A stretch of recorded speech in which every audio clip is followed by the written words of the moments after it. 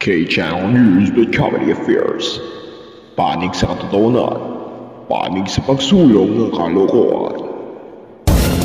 Sa ulo ng ating ikapatatao ng mga nakatatatuang balita, mga grupo ng mga high-fitted na mga ibon, tila nagtatapisaw sa dagat. Para sa bukid, nakita na caught on cam nakakalabas lang sa kanyang cocoon. Galat. Nagtao, no? Magdagan mo, Ron? Mga residente, nagkumpulan sa may dalampasigan sa panagsamabit sa Mualboal. Bakit kaya at ano ang kanilang inaantay sa dalampasigan? Alamin! Ang tinaguriang pinakamahal na prutas na ang komedyan na ibenta sa halagang $5.2 million sa isang auction sa New York. Ang buyer may planong kakainin daw ang nasabing saging.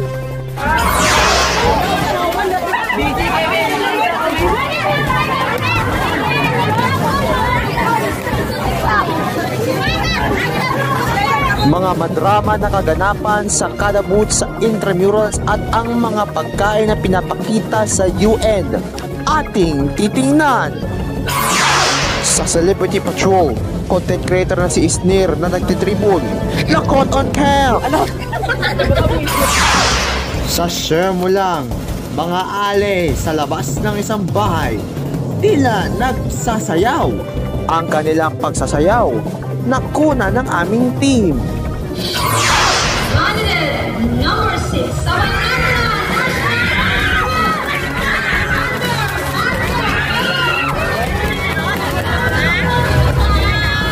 at Alexander Marco Polyok ng Alcantara National High School at Cristel Chea Bayhante ng St. Augustine Academy ang itinanghal bilang Mr. Sports Ambassador and Miss Sports Ambassadress 2024.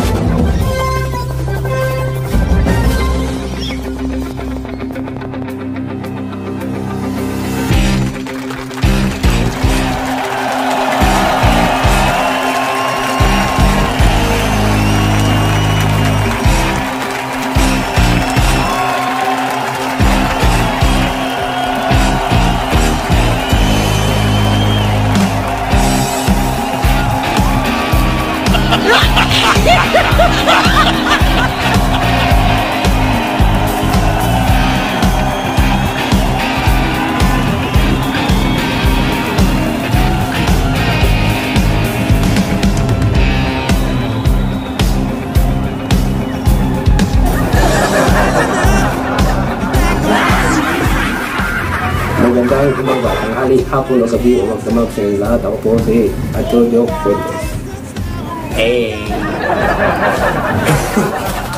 At ako po si Renzi Soler. At narito ng ika-4 na taon ng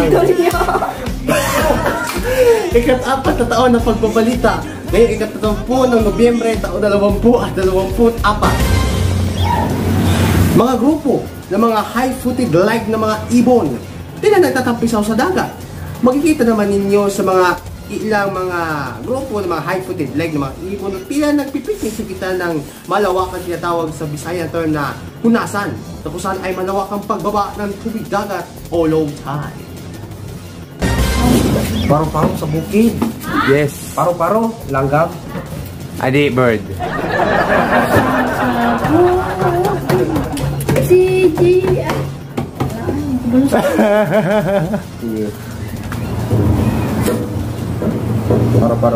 Paro-paro sa bukid, ang kamera kakalabas ng kanyang kokon. Konon? Cocoon. Kokon.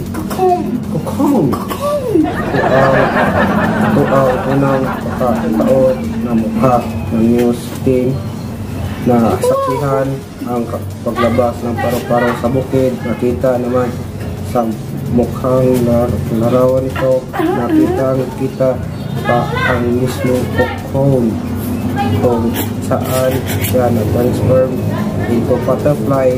Nagtagal panatili niya sa mismong lugar na mga ilang oras at saka lumipad paalis. Transform. Kaya tanay transform. Finish transformer. So, ito, marami siyang transformers to. Binagsa ng mga residente sa Malboal ang dalampasigan ng Panagsama Beach. Ano kaya ang kanilang hinaintay at bakit sila binagsa? Ito'y sa kadahilanan ng kasal. Kadahilanan kasi. Sa kadahilanan, diha, unsa, nanunong ba?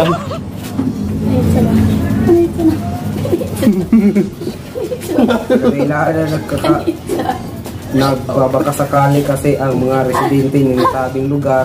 Napunta ulit ang mga grupo ng mga Indian oilfish o tinatawag o makikita sa kalaliman ng dagat ng mga buwan na Sardine Run.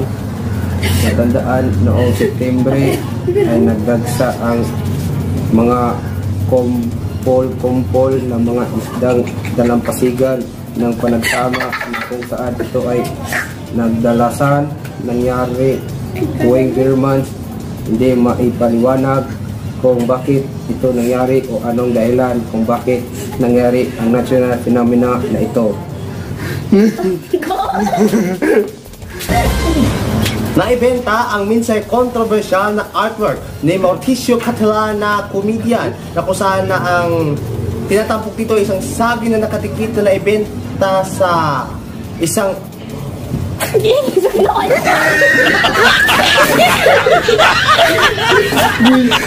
kung saan ang artwork na ito ay nakadikit sa isang dingding kung saan ang saging at nakatikit sa isang gray na duct tape ay naibenta sa halagang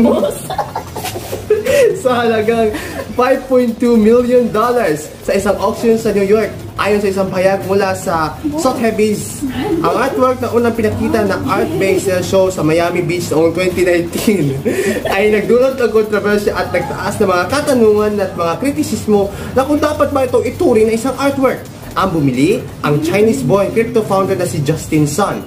Plano nila na kainin ng saging na bilang bahagi ng pagpupugay ng artwork na ito at bilang pagpupugay na rin sa lugar nito sa parehong kasaysayan ng sining at popular na kultura. Ang saging ay orihinal na naibenta sa halagang $120,000 5 taon na ang nakalipas. Dong, panglabasan dong.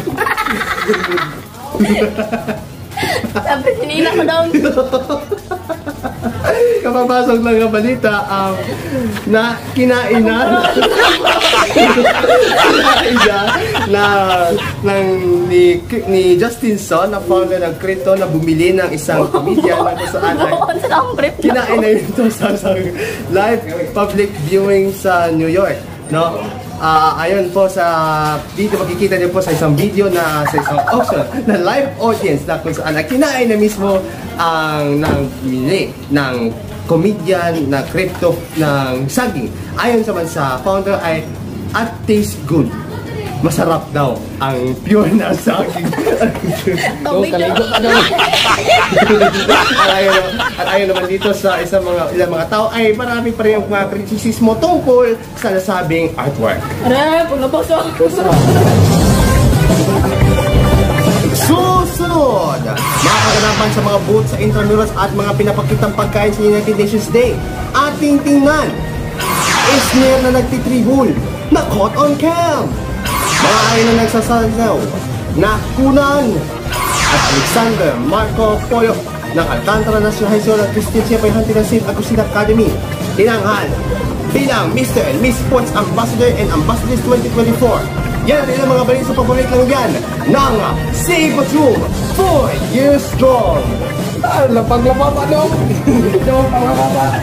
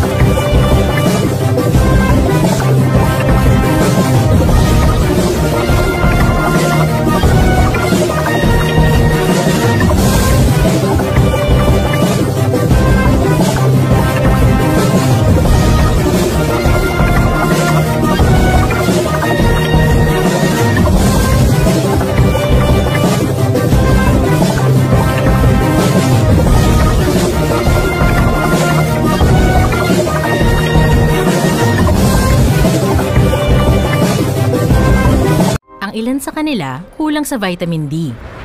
Pero siya, kahit sagad sa hamon, matibay! Bear Brand lang ang gatas na may 100% vitamin D. Tibay na sagad sa buto. Bear Brand. Recess time is Rings time! New Cocoa Crunch Choco Rings! The crunchy, munchy, chocolatey cereal in Fun Rings shake! New Cocoa Crunch Choco Rings! Rings in the fun! Only 10 pesos! New Jolly Meal Savers with all your favorites! Totoo ba? Lahat, best and sarap! Totoo ba? Super sulit at 95 pesos lang! Totoo ba? Totoo nga! Jolly Meal Savers, 95 pesos lang! Feels like a dream, feels like magic. Now I believe I can have it. Ooh, ooh, Temu, ooh, ooh, Temu. All of my wishes came true. Shop like a billionaire. Shop like a billionaire. Ooh, ooh, Temu, ooh, ooh, Temu. Download the Temu app and shop like a billionaire.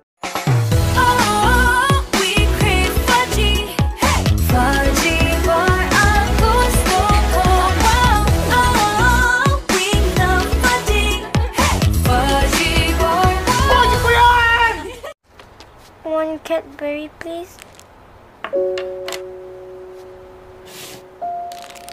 Wait, go change. Happy birthday, Mom.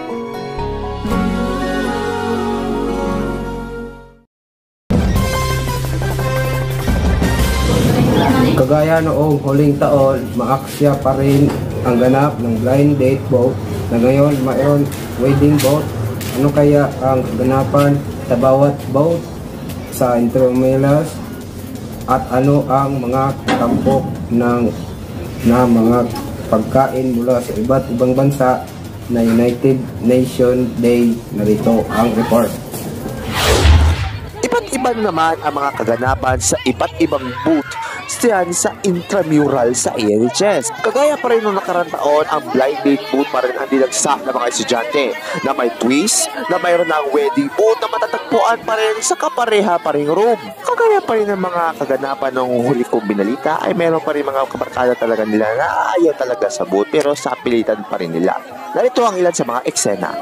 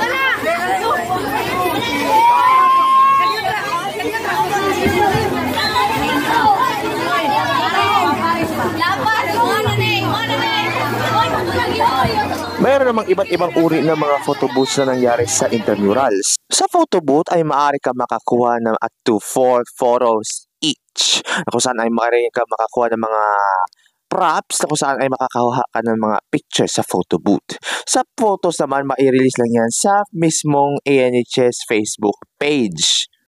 Going on to the movie booth kung saan ay makakapanood ka ng only movies dyan sa movie booth kung saan ay mapapanood nyo po ang mga paborito nyong mga pelikula. At meron din mga audience natin kung saan ay nagtatago lang sa camera. Samantala naman, mayroon naman tayo ditong hair break at face paint na booth na kung saan ay iilan lamang sa mga estudyante rito ang gustong makapag-hair braid. Kagaya sa nakikita nyo po sa screen.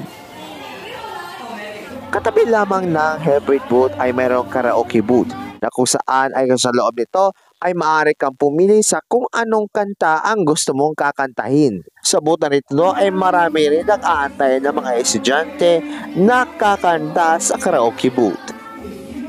Samantala naman, ang blind date booth at ang wedding booth na kung saan ay pinagkinadagsaan ng mga estudyante ay kagaya pa rin ng huling taon. With a twist na meron ng wedding booth na maaari kang makahanap ng kapares dito. Ang kaibahan lang nila sa dalawa ay ang wedding booth ay maaari kang makapagpakasal nito.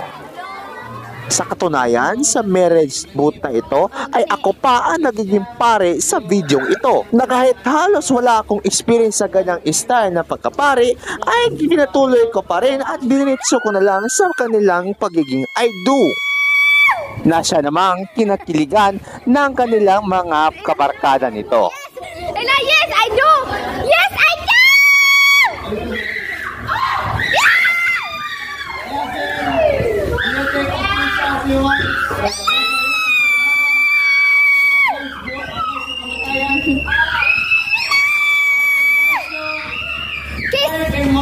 Kiss the bride! Forehead! Forehead na! Ay, kamot na, ay na. Para sa gibot na ako sa una ba? Play! 1, 2, 3, go! Ay, sa kamot lang, sa kamot. Kaya sa kamot, play!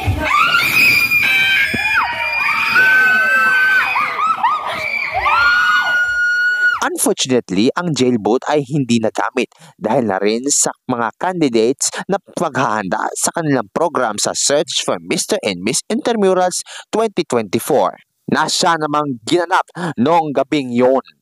Noong gabing rin yun ay nagpasiklab na ang mga candidates for the Mr. and Miss Intramurals 2024. Mula naman sa kanilang introduction number, sa kanilang sportswear, sa kanila ring swimsuit competition, at sa kanilang question and answer portion.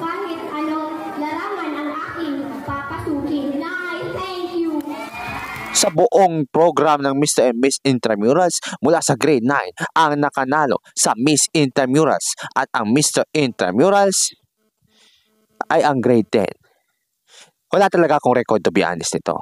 Sa nakapanalo at nakapasok ng top 5 sa Mr. and Miss Intramurals, congratulations po! At yan ang aking mga naganap o mga highlights na nakuha tungkol sa mga booth at sa programa sa Intramurals.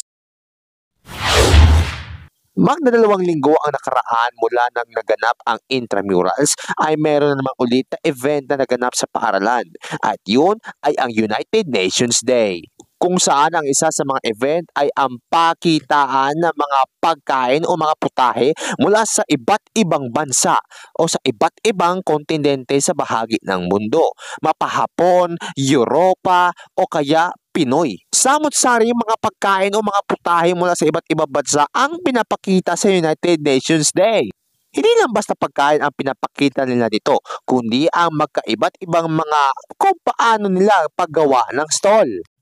Aside naman ay mayroon rin pinapakitang iba't ibang mga decorations na makikita nyo po na kung gaano ka-presentable ang kanilang mga putahe sa iba't ibang section mula dito sa second floor ng building na ito. Kitang-kita naman kung gaano ka-busy ang mga estudyante sa pagkukuha ng mga bagay ng mga pagkain mula sa iba't ibang grade departments at kung gaano pinaghahandaan nila ang kanilang mga putahe o mga stalls sa bawat room. Sabay na rin iniisa-isa na pag-ekspresyon ang mga criteria of mga judges sa how rating ang kanilang each stall at kung gaano nila ka-presentable ito. So karon na nakita niyo sa tubangan na naay lami kaayo na seafood na tempura o baseball with sauce. O dapat yung tayo spaghetti rin, ang nakalami with cheesy flavor. O tatay lumpia ka tawagin ang healthy kayo ay di na kang high blood. O dapat yung tayo Spanish sardine. Alright.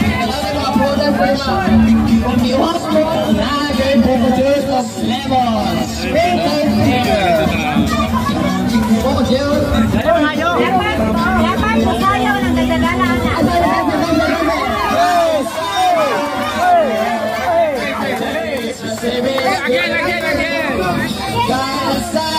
Hindi ka guys sa mga unusual na mga UN, itong UN ang so far na pinakagrande sa natukuan for today.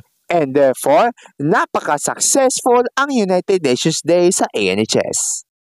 Renzi Soler, K-Channel News.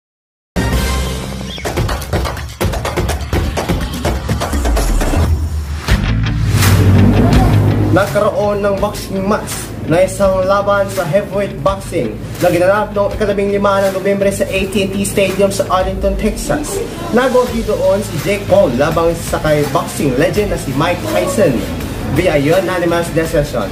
Ang laban nagpakita ng malinaw ng pagkakaiba ng mga puntos, mga hurado na nagbigay kay Paul ng 80-72 mula sa isang hurado na 79-73 mula sa dalawa pang hurado.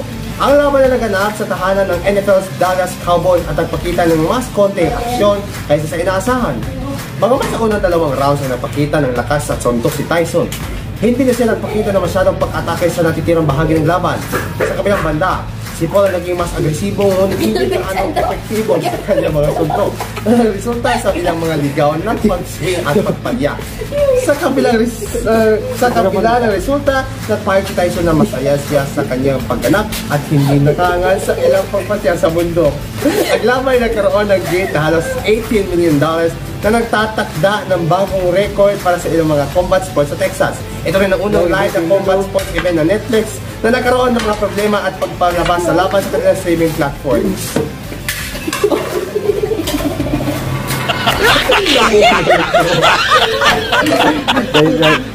Hala. Look.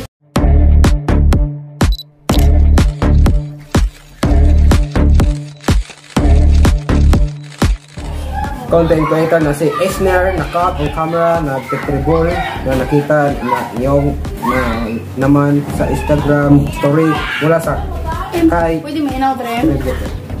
Alex Guinte na walang kung ano-ano ng nagtitribong biglang content creator pag-capture ng Eisner cute kung sabay emoji kaagad naman ni post ang story sa Instagram ni Eisner ng nasabing story at sabay caption na nahuli cam later na repost rin ang mismong video na nagawa ng nirepost ni Eisner at sabay caption ng I love you Eisner.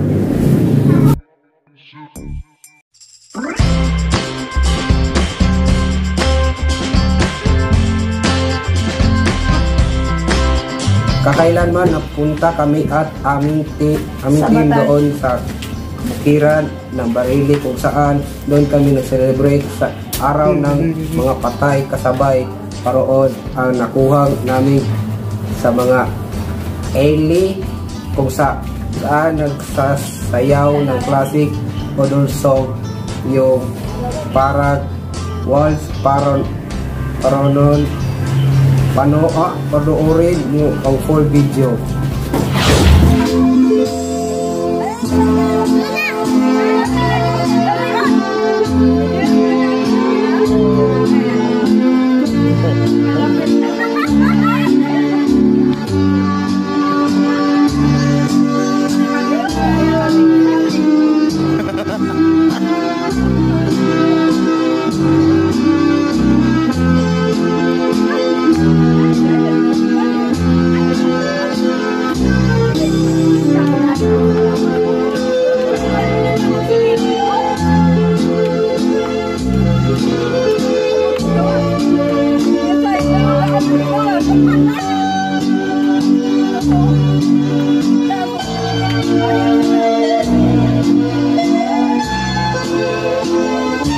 Bye.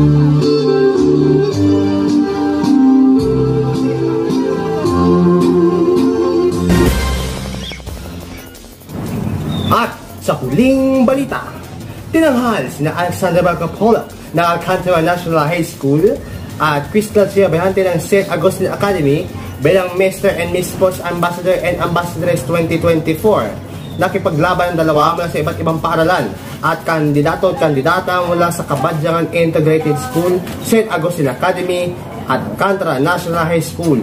Tatlong pares ang mula sa kada paaralan ang lumaw, kung saan ay napasiklaban naman sila sa kanilang introduction number, Schoolwear.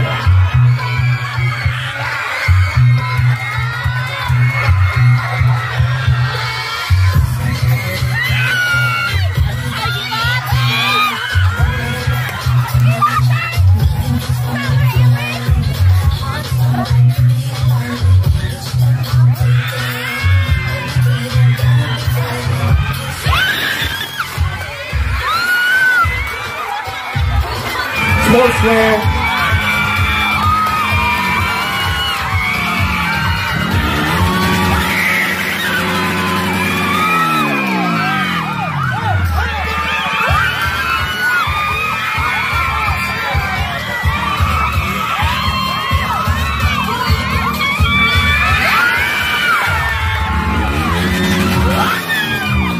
At sa kanilang formal attire at pati na rin sa kanilang question and answer portion. Yan sila man sinigurado ang kanilang pagkapanalo. Time management. I need to spend my time wisely and to think about what are the good benefits if I will use that time in preparing and for improving myself in sports and both in academics. I am very sure that I can be more than that, and I am very sure that I can be both athletics and academic achiever. Sa elementary level naman ng Little Miss Sports Ambassadress 2024, kung saan napasiklaban ang mga kandidata mula sa Palanas Elementary School, Polo Elementary School, Lawaan Elementary School, Kabilisan Elementary School, Salagmay Elementary School, Manga Elementary School, Candabong Elementary School, Kabadyangan Integrated School, St. Augustine Academy at Alcantara Central Elementary School, kung saan napasiklaban sa kanilang introduction number, Schoolwear at Sportswear. Tasa. Nakuha naman ang titulo ng Little Miss Sports Ambassadress 2024 ang kandidata mula sa Kabilisan Elementary School. First runner-up ang kandidata mula sa Palanas Elementary School. Second runner-up ang kandidata mula sa Alcantara Central Elementary School. Third runner-up ay ang kandidata mula sa Manga Elementary School. At ang fourth runner-up ay ang kandidata mula sa St. Augustine Academy. Ice cream good. Masak ko kay, wala akong expect na madaog ko kay. Sabi na ako madaog ka itong kuhan, number 5 para actually ako rin nadaog. Grateful kay ko sa Ginoo kay ako mo niya. In my experience, mag-believe mo sa inyo kuhan, yung kagalingon, believe in Lord Jesus Christ and pray and you will get what you deserve. Kasi I would love you all and I love you all because for supporting me. Despite not doing it, I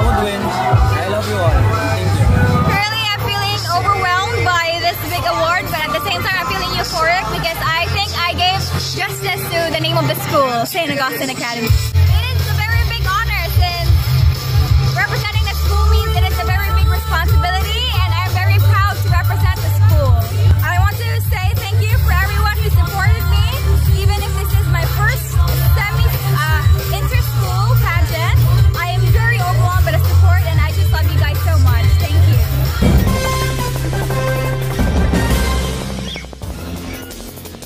For honor. 4 years. It's been 4 years. And we're still here. Wow! Except sa aming background dito. Ito temporary studio. Kasi doon, if doon po kami sa kabila, mayroong ginagawa na PC, no? Sa pamamagitan ng mga negosyo, sa pagbebenta ng mga pagkain. Huwag din nila alamin. Wala naman kayong pakidyon. So, yun.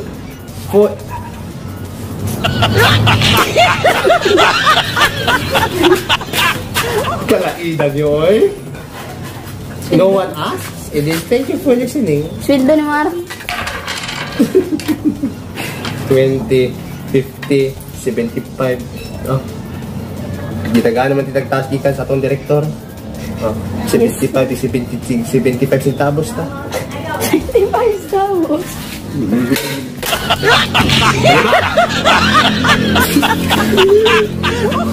Okay, so it's been 4 years, no? Maraming salamat pa rin sa pakikipagsubaybay mula sa pinaka-first episode hanggang ngayon, no? It's been a while, no? Since nagbabalita pa rin kami.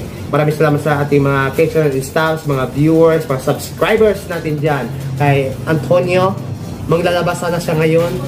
Maglaba pa unta ngayon. Pero i-priority naman siya nga rin. Salamat po sa itong cameraman si Jose for the comeback for this episode. Tingawa mo pala ba, no?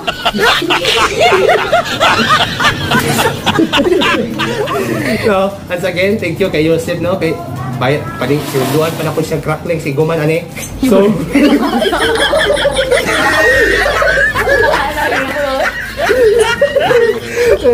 wala pa rin sa pinakaunang episode, wala sa pinakaumpisa ng pagbabalita.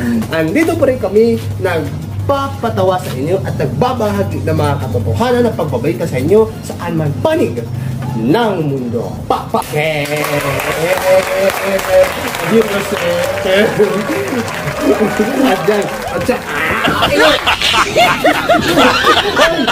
Mabantang YouTube na.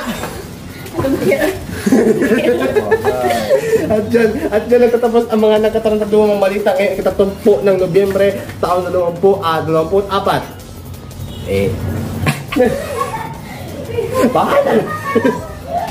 Paano mo yung nakakaila?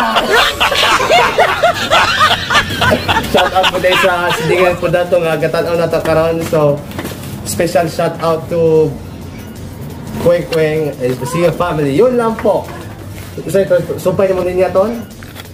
And hope you enjoy. If you enjoy, just click subscribe button and yan ang makakatulong sa amin sa pag-YouTube. Boleh, hindi? So mo to, maglaban na si Tonyo karon. Ako, mamaliga pa ko. At naniwala ko sa kasabihan na kung mamayot ka, makakwarta ka. Oh!